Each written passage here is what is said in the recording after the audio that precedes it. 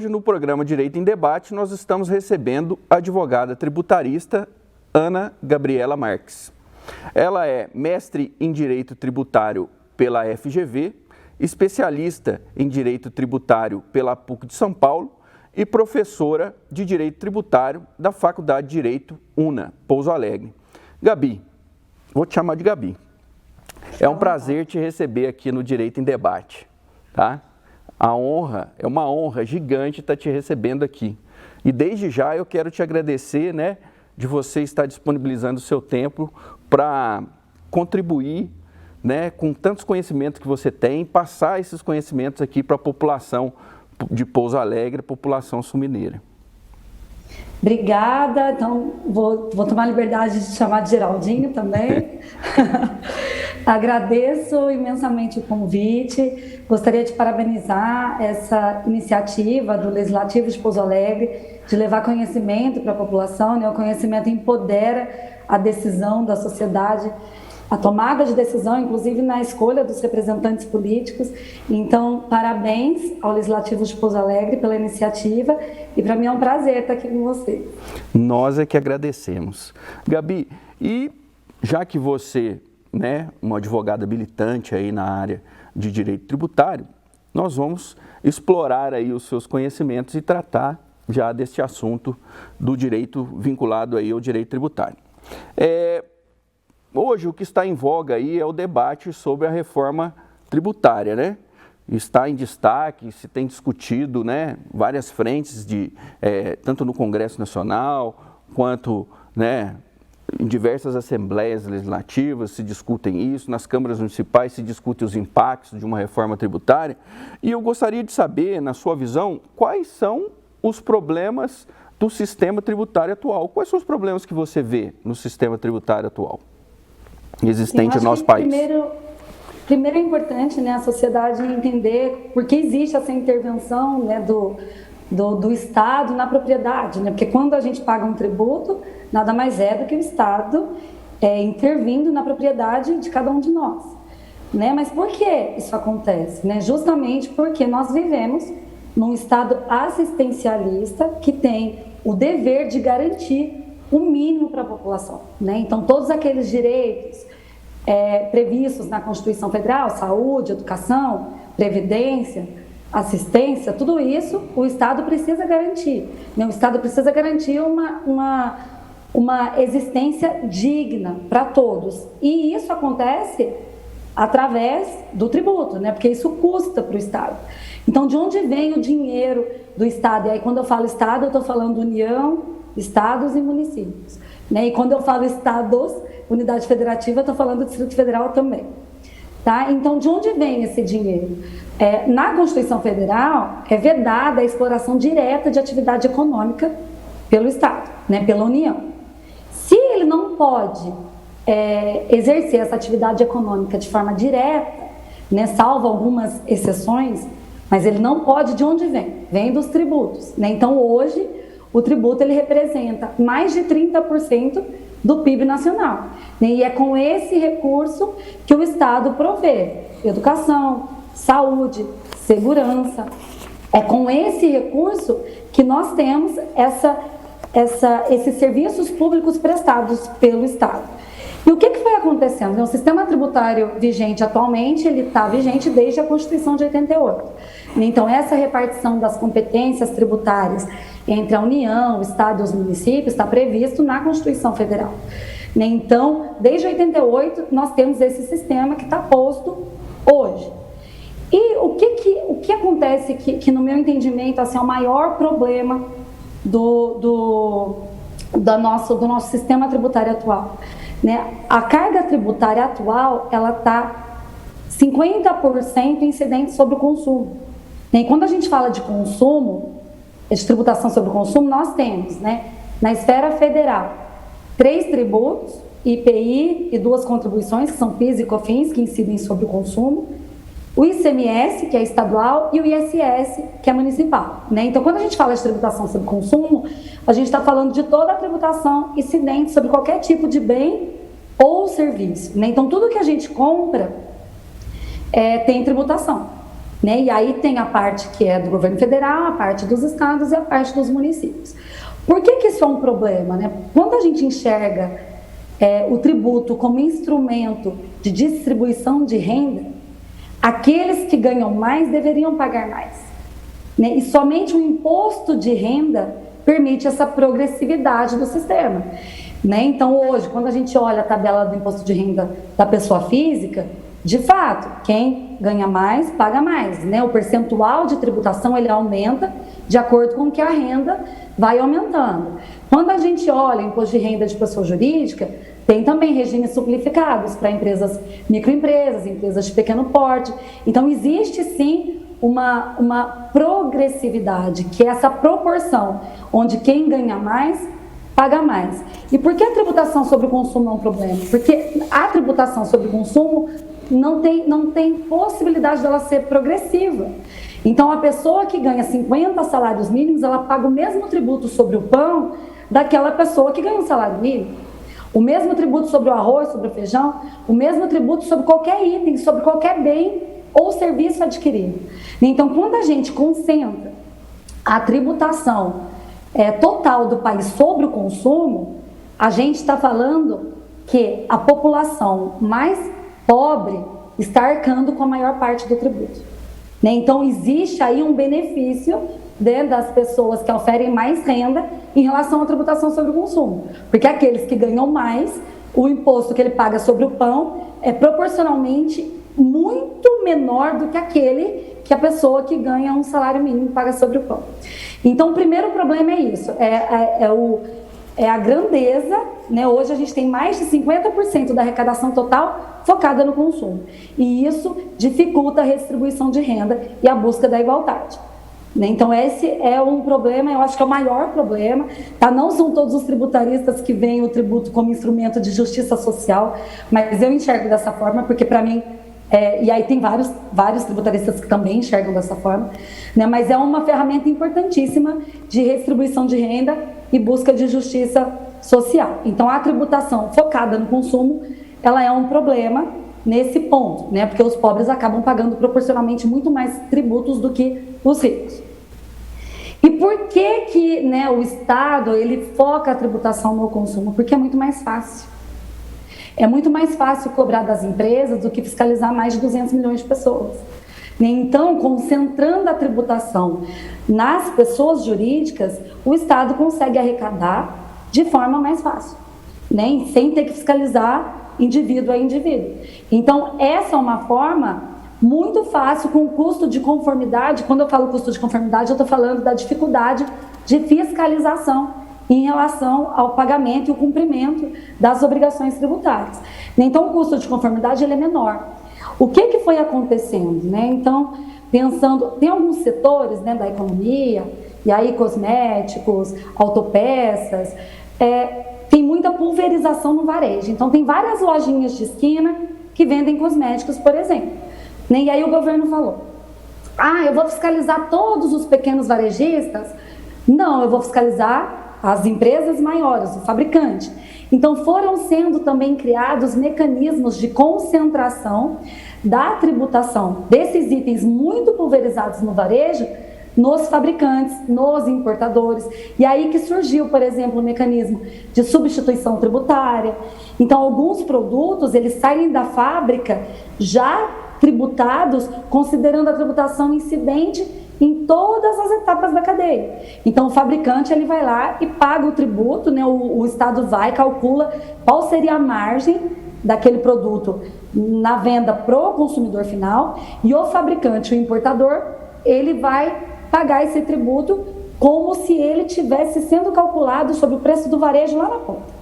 Então, todos esses mecanismos, né, tanto e aí de substituição tributária pro ICMS, que é estadual, como o sistema que a gente chama de monofásico, que é aplicado para as contribuições para o PIS e COFINS na esfera federal, eles foram criados justamente para conseguir garantir a tributação sobre esses bens de consumo que são muito pulverizados no mercado.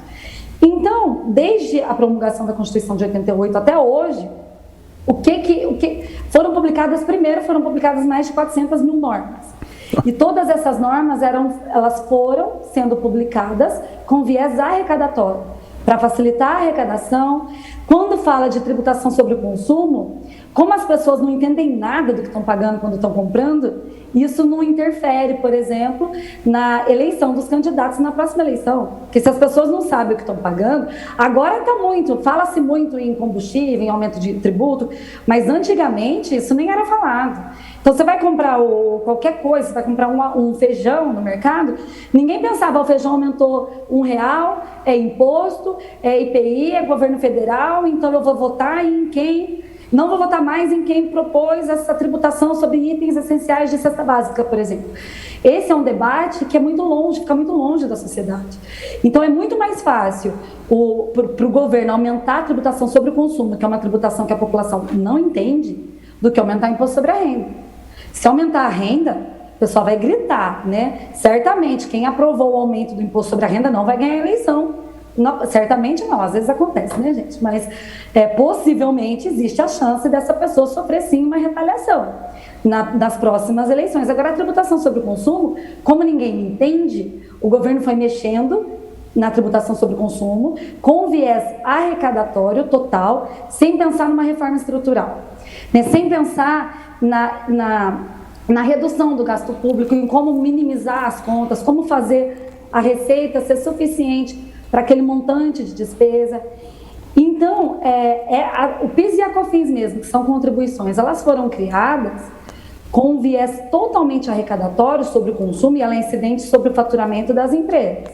Então, é muito fácil de arrecadar, mas ela é repassada para o consumidor, obviamente, assim como qualquer tributo incidente sobre o consumo. Mas quando a gente fala de contribuição, o governo federal não precisa dividir contribuição com o Estado e município. Então, o governo federal está precisando de dinheiro, ele vai instituir contribuição, aumenta a contribuição, porque os impostos são rateados com estados e municípios, as contribuições não. Então, isso também virou uma ferramenta do governo federal para arrecadar mais sem ter que repassar, né? E conseguir focar lá também. E aqui eu não estou fazendo crítica de governo nenhum, né? Só estou dizendo que a tributação no Brasil ela foi aumentando na medida em que os gastos foram aumentando. E que hoje a gente chegou numa situação em que a gente não tem um crescimento econômico, a gente não tem uma política tributária que permita esse crescimento, né? Por exemplo, itens essenciais para o processo produtivo, como energia, combustível, telecomunicações. Esses itens, eles são essenciais.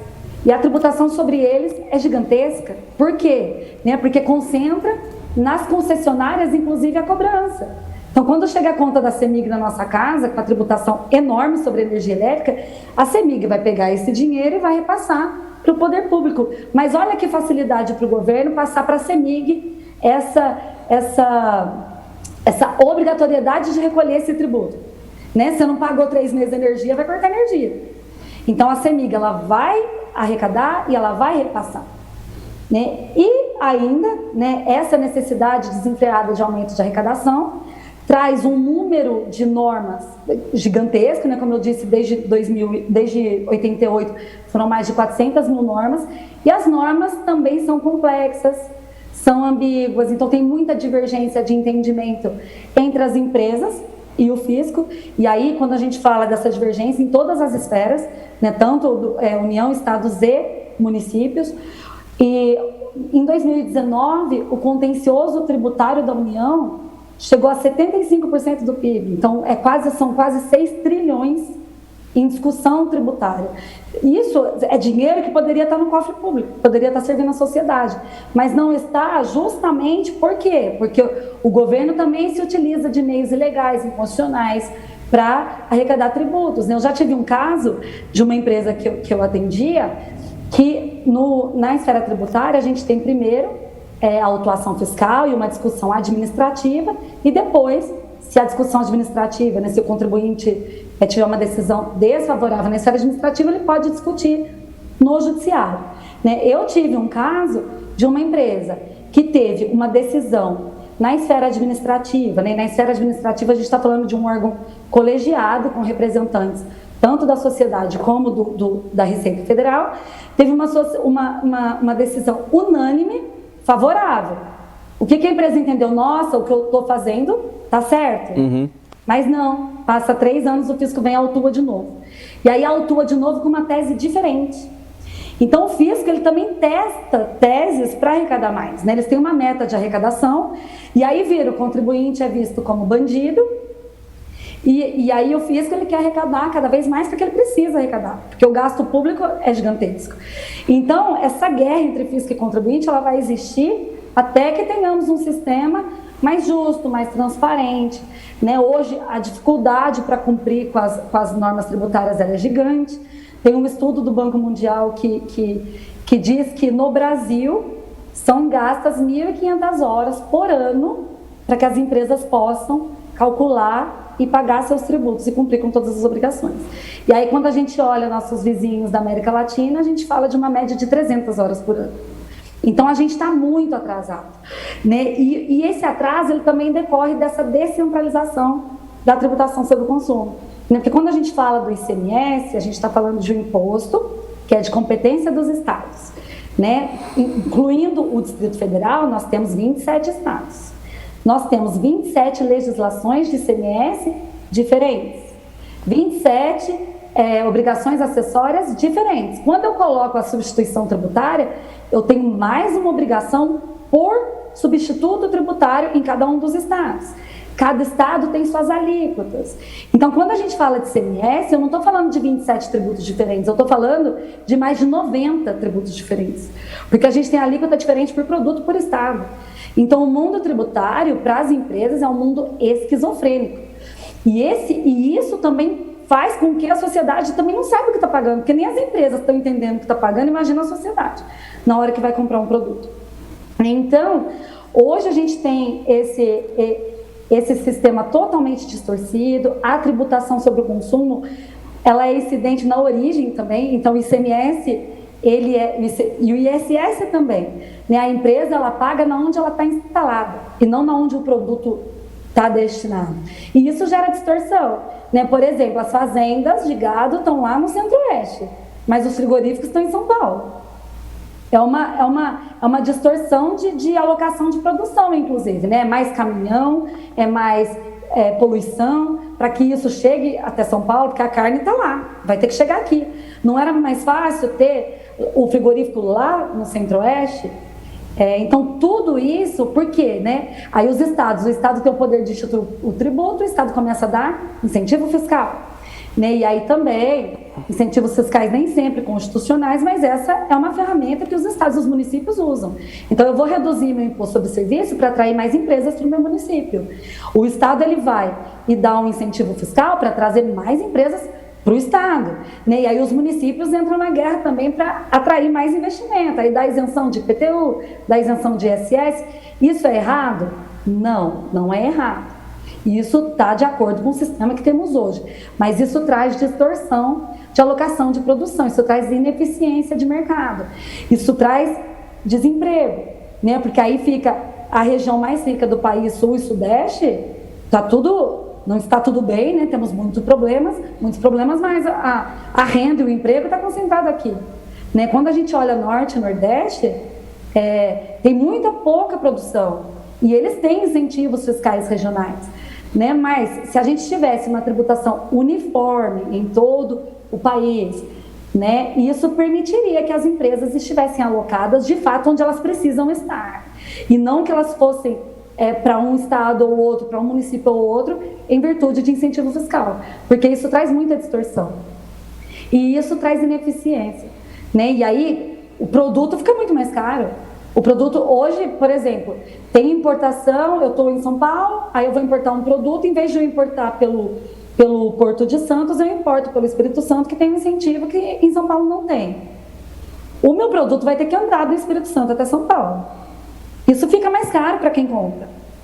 Isso fica mais caro para a sociedade como um todo. Então, essa distorção de alocação de produção, ela traz, sim, um prejuízo para todos. Não é um prejuízo só para os estados mais pobres, né? Para os estados menos favorecidos. Ele é um prejuízo para a sociedade, porque o produto fica mais caro. Então, a gente precisa muito, sim, pensar numa reforma estrutural que traga desenvolvimento econômico, desenvolvimento produtivo, que gere emprego, que gere renda. Né? E é esse o debate, porque a gente chegou num momento que não dá mais para aumentar tributo, porque ninguém aguenta mais. Né? Até as empresas não aguentam mais.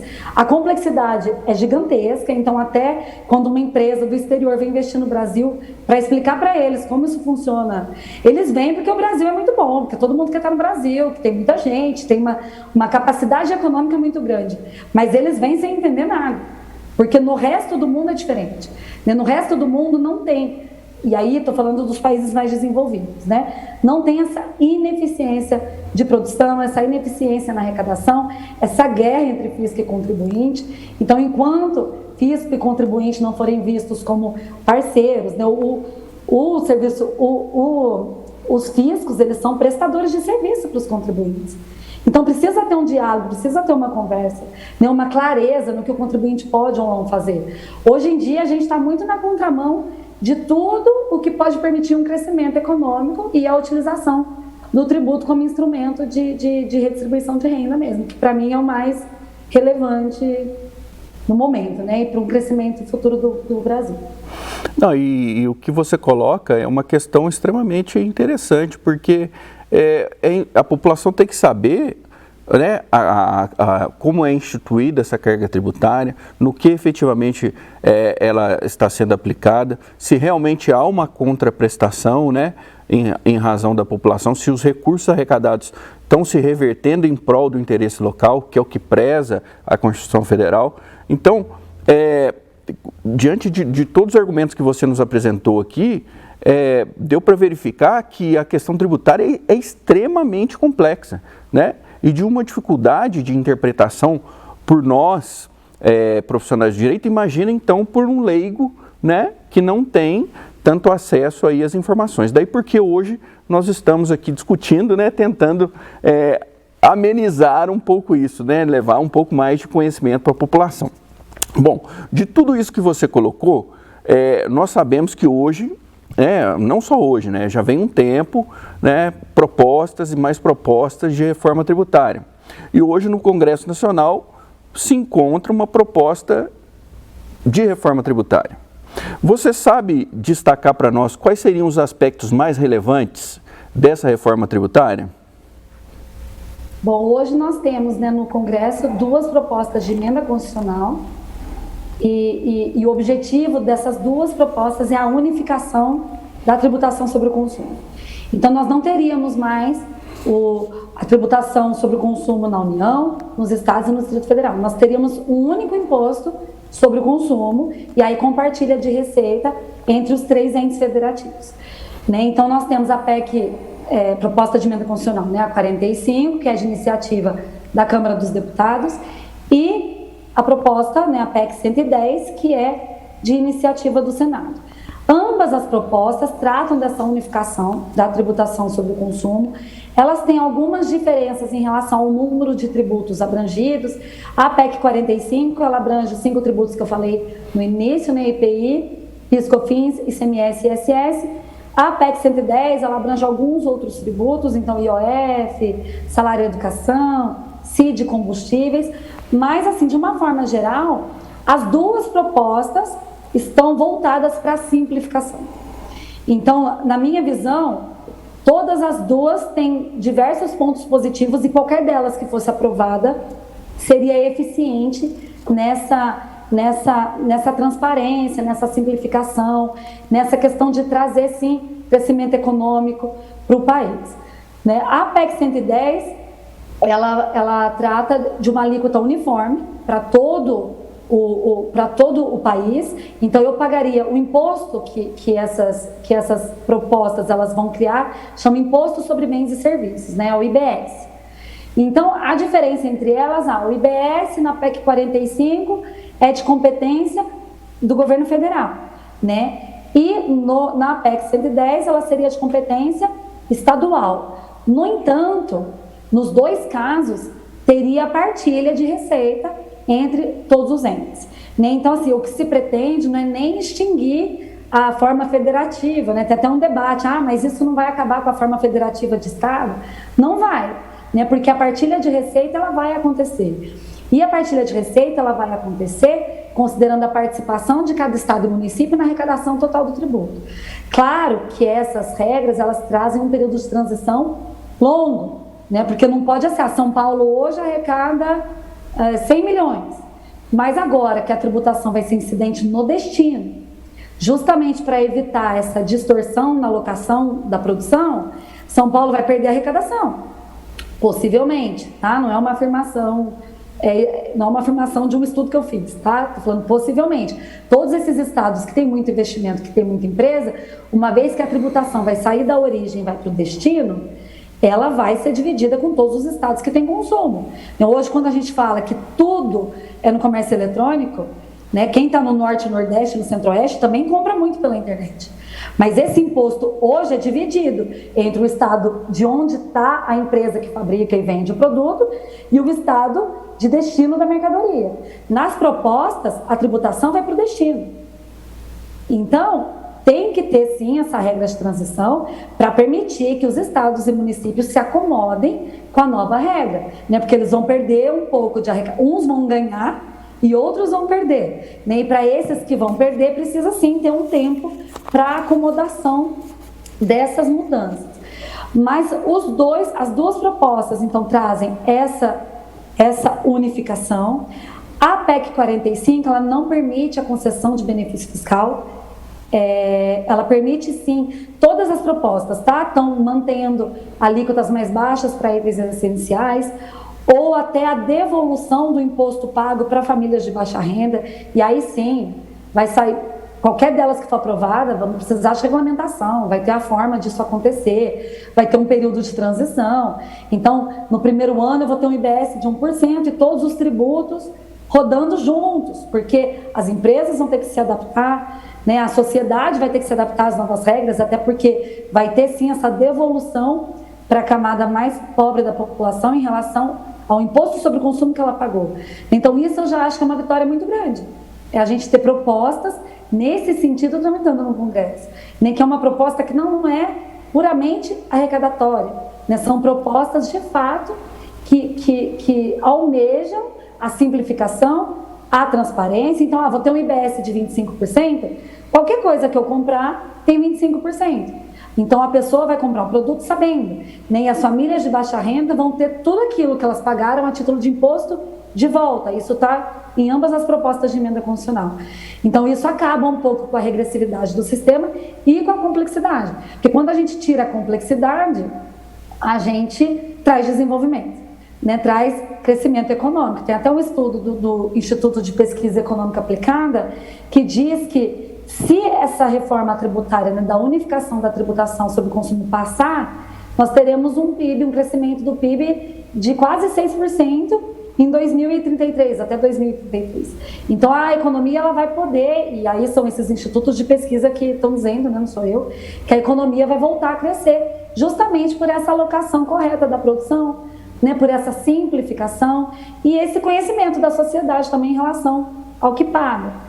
Né? Claro que a gente tem alguns itens de consumo que geram externalidades, né? Então cigarro, bebida, e quando a gente fala externalidade, uma pessoa que fuma, ela tem mais chance de precisar utilizar o serviço público, né, um hospital, do que uma pessoa que não fuma.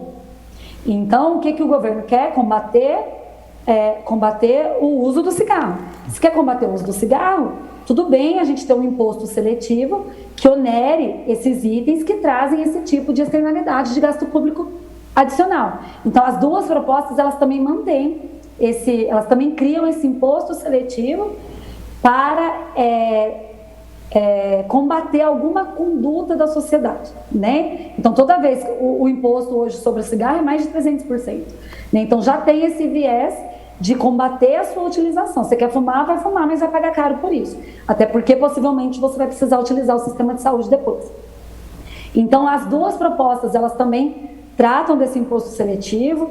E na PEC 45, e aí eu gosto mais da PEC 45 por conta de não permitir benefício fiscal e porque ela traz o imposto seletivo com essa característica extrafiscal, né? Então, de combater conduta da sociedade que prejudica toda a população. E no caso da PEC 110, o imposto seletivo ele seria arrecadatório, então ele poderia continuar onerando, continuar incidindo sobre energia elétrica, sobre transporte, sobre telecomunicação, que são itens de infraestrutura e produção que deveriam, inclusive, ser menos tributados, né? Porque são utilizados em toda a produção e também são utilizados por toda a população e são itens essenciais. Ô Gabi, e existem outras propostas de tramitação ainda lá no Congresso Nacional que vem corroborar com todas essas medidas que você nos colocou aqui? Sim, então, né, Geraldinha, a emenda constitucional é mais difícil de ser aprovada, né? Sim. Precisa lá de um quórum diferenciado, né? Exato. Então, uma vez que é muito difícil, né, hoje que o governo não está com tanta força política, de conseguir aprovar uma emenda constitucional e tem essa pressão da população para uma reforma, nós temos mais, e aí eu estou falando dos principais, né? A gente tem um monte de projeto de lei que trata de tributação tramitando, né? Mas a gente tem as propostas principais. Então a gente tem o projeto de lei 3887, que aí trata, né, o que o governo chamou de primeira etapa da reforma tributária, que seria a unificação do PIS e da COFINS, né, que são contribuições federais incidentes sobre o consumo, em uma única contribuição, que seria chamada de CBS. E aí o governo, ele traz esse projeto de lei com essa CBS, a alíquota de 12%. E aí vem a crítica dos estados. Então, o governo ele já está pegando a parcela dele, do IBS, que seria repartilhado entre todos, criando esse 12% de contribuição, que agora vai ser só dele, que não vai partilhar com ninguém. Né? Tem outros problemas, não problemas, tá? Mas a CBS, quando eles trouxeram esse projeto de lei, eles disseram que não haveria aumento de arrecadação. O que não é necessariamente uma verdade. Eu não tenho aumento de arrecadação no geral, mas eu tenho aumento de arrecadação setorial, justamente por conta dos instrumentos que o governo criou no passado para facilitar a arrecadação. Então, tem alguns setores que serão abruptamente atingidos por essa nova contribuição, né, por essa CBS, e que também vai gerar inflação, vai gerar aumento de preço de produto essencial. Então, tudo isso está muito em debate entre o governo e até as entidades de classe dos setores mais atingidos, né? E a gente tem uma que está passando no jornal todo dia, que é o que trata da reforma do imposto sobre a renda, né, que é o projeto de lei 2337, que é agora novo de tudo, né, de 2021, e ele traz alteração do imposto sobre a renda. Eu acho que o que importa muito para a gente falar aqui é a redução do imposto sobre a renda das pessoas jurídicas, né, a tributação sobre lucros e dividendos, que está sendo muito debatida e já eu falo mais um pouquinho disso, e o reajuste da tabela progressiva do imposto de renda da pessoa física. Né, quando a gente fala da pessoa física, eles trouxeram uma faixa, hoje a faixa de isenção está em torno de R$ 1.900, e eles trouxeram uma faixa de isenção de R$ 2.500. E aí na propaganda do governo, isso traria isenção para mais do que o dobro da população. O que acontece é que hoje, uma pessoa física que ganha R$ 2.500 por mês e que ela tem lá a retenção, se é um empregado, né, CLT, ele tem a retenção na fonte do tributo sobre a renda, quando ele vai fazer a declaração de imposto de renda, e ele faz lá a opção pelo sistema simplificado ou desconto, enfim, ele tem um valor a restituir do governo. E quando essa pessoa que ganha R$ 2.500 por mês, ela restitui o valor do governo, ela restitui 100% do que ela pagou. Então, o que é a minha maior crítica em relação a essa proposta? R$ 2.500 já é uma faixa isenta. Não é isenta porque a pessoa física ela tem que pagar agora para restituir no ano que vem. Só que isso ele vai trazer um impacto de caixa para o governo. Então, ele vai deixar de arrecadar todo mês esse valor. Tá? Mas hoje em dia, quem ganha 2.500, lá no final, ele já pega quase tudo de volta. Então, essa propaganda dessa isenção, ela não é uma propaganda totalmente verdadeira. Porque hoje, como a pessoa já pega de volta o que ela paga. Então, para ter uma isenção verdadeira, essa faixa teria que ser pelo menos de R$ 3.000. Tá? Essa primeira faixa de isenção de reajuste de tabela. Porque isso tem só um impacto de caixa, não necessariamente o impacto de carga tributária e de arrecadação da pessoa física. Então, esse é um primeiro ponto. Eu acho que sim, precisa ter o reajuste da tabela, até porque desde 2015 não reajusta. Então, a gente está tendo aí um aumento de imposto de renda indireto. né? Mas o reajuste ele precisa ser real, né? E a verdade e a história a ser contada para a população ela tem que ser a verdadeira, tem que ser transparente, né? E não tentar ganhar popularidade com uma proposta que não difere muito do que temos hoje, né? Então esse é o primeiro ponto. O que está dando muito barulho é a tributação sobre lucros e dividendos, né? Porque hoje os sócios das empresas, quando eles recebem os lucros, eles não têm tributação. A tributação ela acontece apenas na pessoa jurídica. E aí, na minha visão, de novo, tem gente que me apedreja. É muito acertada essa decisão, porque nem todo o lucro é reinvestido. Então, o que o governo precisa fazer, né? Quando teve essa isenção de lucros e dividendos, qual que era a ideia? Trazer investimento, né? Essa isenção ela existe desde 95 e a ideia era trazer investimento, trazer emprego, renda para a população. Hoje em dia, o que a isenção sobre lucros e dividendos ela permitiu? Concentração de renda na classe mais rica da população.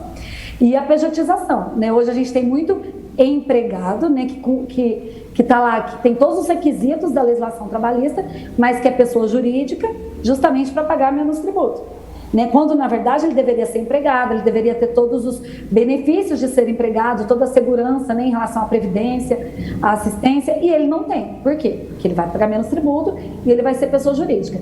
E a gente tem os grandes empresários do país que não estão reinvestindo e que no momento em que estão recebendo seus lucros e dividendos não estão pagando imposto. Então hoje quem paga imposto de renda no Brasil?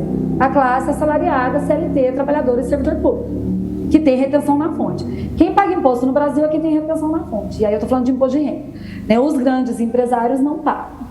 O que o projeto de lei poderia melhorar nesse ponto? Eu não acho que é errado a tributação sobre lucros e dividendos. Acho 20%, que é a alíquota que o projeto trouxe, alta.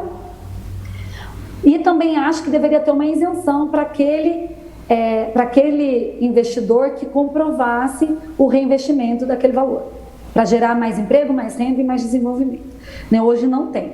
Então hoje, para não pagar, a empresa não pode distribuir lucro, então ela tem que reinvestir nela mesma. Não existe uma isenção para aquele investidor que recebeu, inclusive investidores, pessoas jurídicas, de reinvestimento. Então isso é um ponto que eu entendo que poderia ser uma melhoria nesse projeto, né? Mas é um projeto, na minha visão, eleitoral, né? Tem um apelo eleitoral grande nesse projeto, embora eu entenda muito acertada a tributação de lucros e dividendos. Isso é um apelo mesmo. Eu acho que o governo tem muito a ganhar se esse projeto passar, né? Justamente porque ele está focando na tributação da classe mais rica e está com o discurso, essa tabela progressiva aí da pessoa física que precisa melhorar. Mas a tributação sobre lucros e dividendos, eu entendo que é acertada, embora a alíquota pudesse ser menor. A redução do imposto de renda da pessoa jurídica também é importante, né? Porque hoje a nossa tributação sobre a renda na pessoa jurídica é uma das alíquotas mais altas do mundo. Até os Estados Unidos já reduziu para 21%, a gente continua em 34%. Então, enfim, acho que é acertado. Tem também combate à sonegação. A proposta é bem ampla, bem complexa, mas tem aí esse cunho eleitoral forte, que eu concordo, mas precisa melhorar um pouquinho.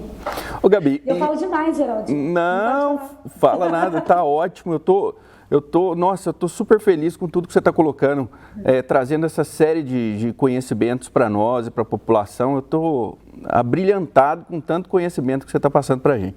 Deixa eu te falar uma coisa, e para a gente finalizar, você acredita que isso efetivamente vai sair do papel, Gabriela? Isso é opinião pessoal sua, porque as propostas de emenda constitucional estão tramitando aí desde 2019. Aí tem essa proposta de 2020, agora uma de 2021. Então, parece que os projetos de lei, né, eles vão tramitando, mas a gente não vê uma movimentação no Congresso no sentido da aprovação das matérias, de uma discussão efetiva, né, para se chegar num consenso entre as bancadas para aprovação. Você tem esperança de que isso seja aprovado?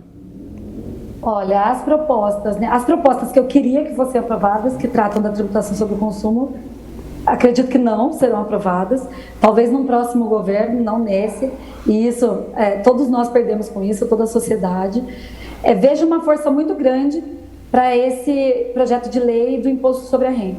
E até as matérias que estavam no outro projeto, né, no 3887, que trazem aumento de arrecadação em relação à tributação sobre o consumo, né, ao PIS e ao COFINS, eles enfiaram aqui no 2337 agora.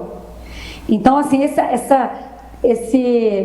os benefícios setoriais que existem hoje para PIS e COFINS, como eles vão focar todas as energias no PL 2337, eles enfiaram dentro aqui da tributação sobre a renda também. Então, assim, as energias estão no 2337. Não acredito que passe facilmente, porque mexe, né, com pessoas grandes e importantes, então acho que o lobby para isso não passar vai ser gigantesco. Entendo que traz mudanças importantes. Se passar alguma coisa, vai ser esse, vai ser o 2337. Não acredito que os outros vão passar. Ô Gabi, eu só tenho a te agradecer, né, por contribuir com tantos conhecimentos aqui para a população de Pouso Alegre, a população de Sul de Minas, aí despendendo o seu tempo para nos abrilhantar com tanto conhecimento. Fica aqui então o meu agradecimento, né, o meu convite para você retornar numa outra ocasião para a gente debater outros temas relacionados aí à tributação, né, ao Sistema Tributário Nacional, e o meu muito obrigado pela sua participação aqui hoje conosco. Eu que agradeço, me coloco à disposição de vocês, do Legislativo de Pouso Alegre. Eu gosto muito de debater, de compartilhar conhecimento. Eu acho que o conhecimento compartilhado, ele traz desenvolvimento, né? Ele traz empoderamento. Então, eu acho muito, muito bacana, estou à disposição. Sempre que vocês precisarem de qualquer coisa, contem comigo. E agradeço muito o espaço aqui. Uma honra. Nós que agradecemos. O programa Direito em Debate fica por aqui e até a próxima.